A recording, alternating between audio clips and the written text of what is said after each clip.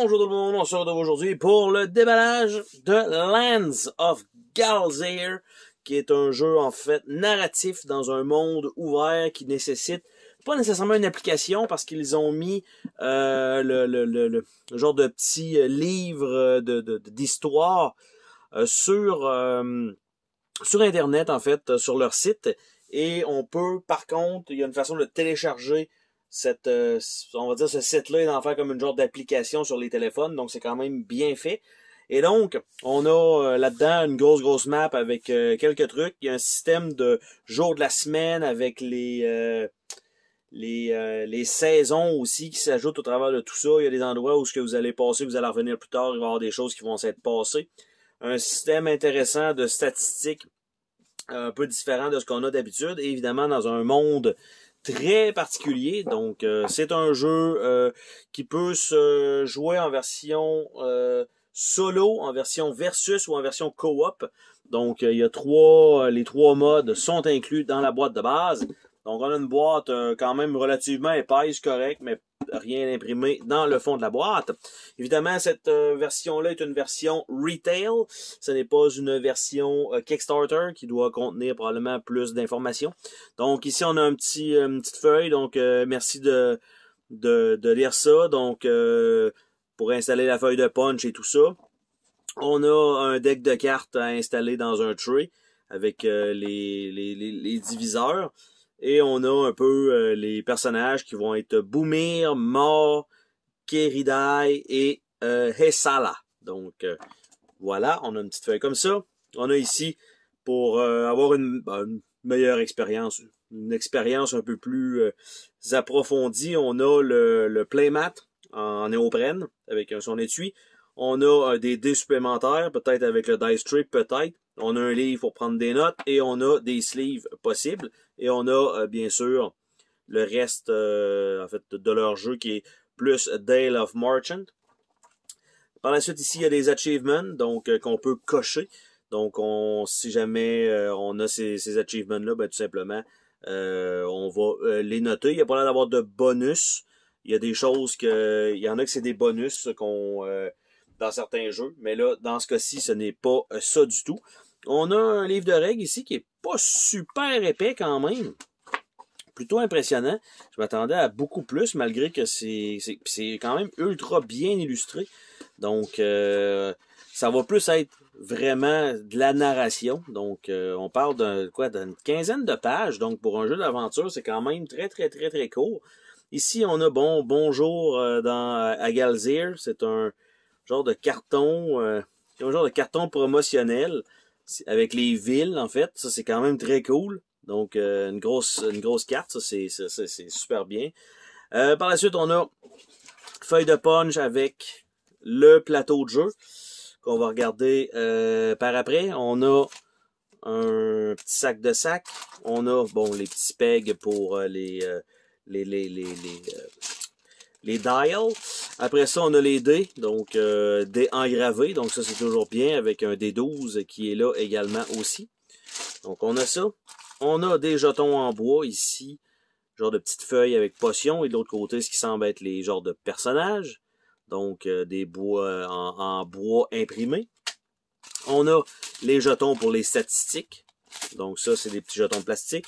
On a encore des pegs, en fait, le reste pour ça. On a ici, c'est un tray un peu plus grand, donc qui va servir à mettre les cartes. Un bon carton relativement épais. Par la suite, on a une série de cartes qui est là. Et on a un autre tray à droite, tout simplement. Donc on a quand même pas mal de matériel. Pas mal de matériel. Beaucoup de cartes en fait, parce que comme j'ai dit, c'est un jeu plus narratif. Donc il y a ça.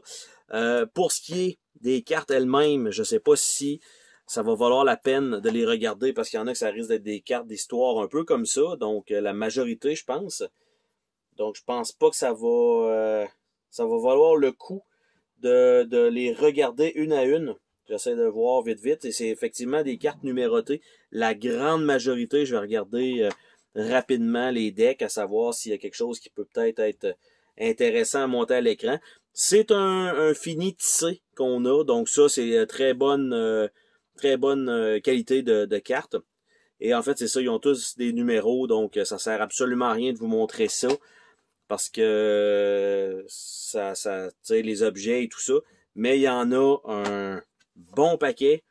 Encore une fois, il n'y a pas de cartes nécessairement génériques. Donc, on a des cartes de ville qui sont là en plus.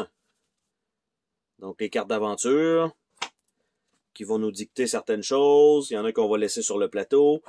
Et là, je regarde le tray et probablement qu'avec les sleeves, ça va rentrer. Mais si c'est dans celui-là, ben ça sera clairement pas ces cartes-là. Ça, c'est sûr. Et c'est ça. Donc, il y a des numéros absolument sur toutes les cartes. Donc, ça sert absolument à rien. Ici, un peu dommage, la carte, elle est un petit peu abîmée, mais ça va faire le travail quand même, je pense. Donc, je vais juste mettre ça de même, en tout cas pour l'instant. Pour ce qui est des feuilles de punch, ce que nous avons une première étape qui est en fait des diviseurs. Il y a l'air d'en avoir deux.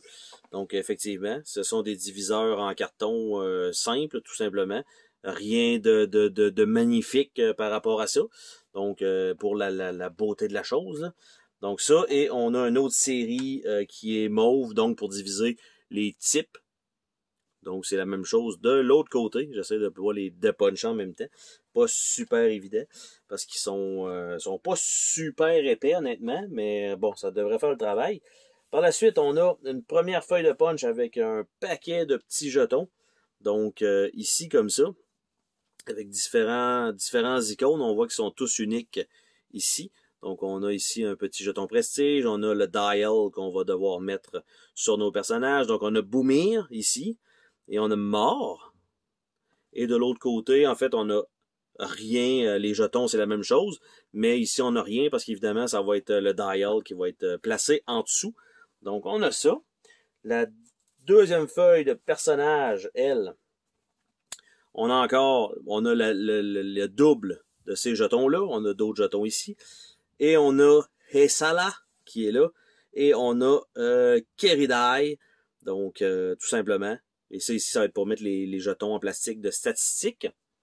Ça, c'était ces jetons-là. Et on a le plateau lui-même qui était là avec une feuille un peu comme ça, molle, pour protéger, en fait, pour éviter que tout le matériel touche au plateau. Donc là, j'aurais plus besoin de ces petits trucs-là. Je vais tasser ça ici et je vais nous ouvrir le plateau qui est recto verso. Ça, c'est quand même très cool. Donc, première partie comme ça, je vais probablement vous le dézoomer. Je pense que ça va être plus simple comme ça. Donc, voilà. Donc, j'essaie de vous le rentrer au complet dans l'écran comme cela. Et voilà. Donc, on a une traque de prestige en haut. On a des endroits qu'on peut se déplacer. On a des trucs avec des chiffres dessus, probablement pour mettre des cartes. On a le calendrier dans le bas. Donc, un super beau plateau rigide.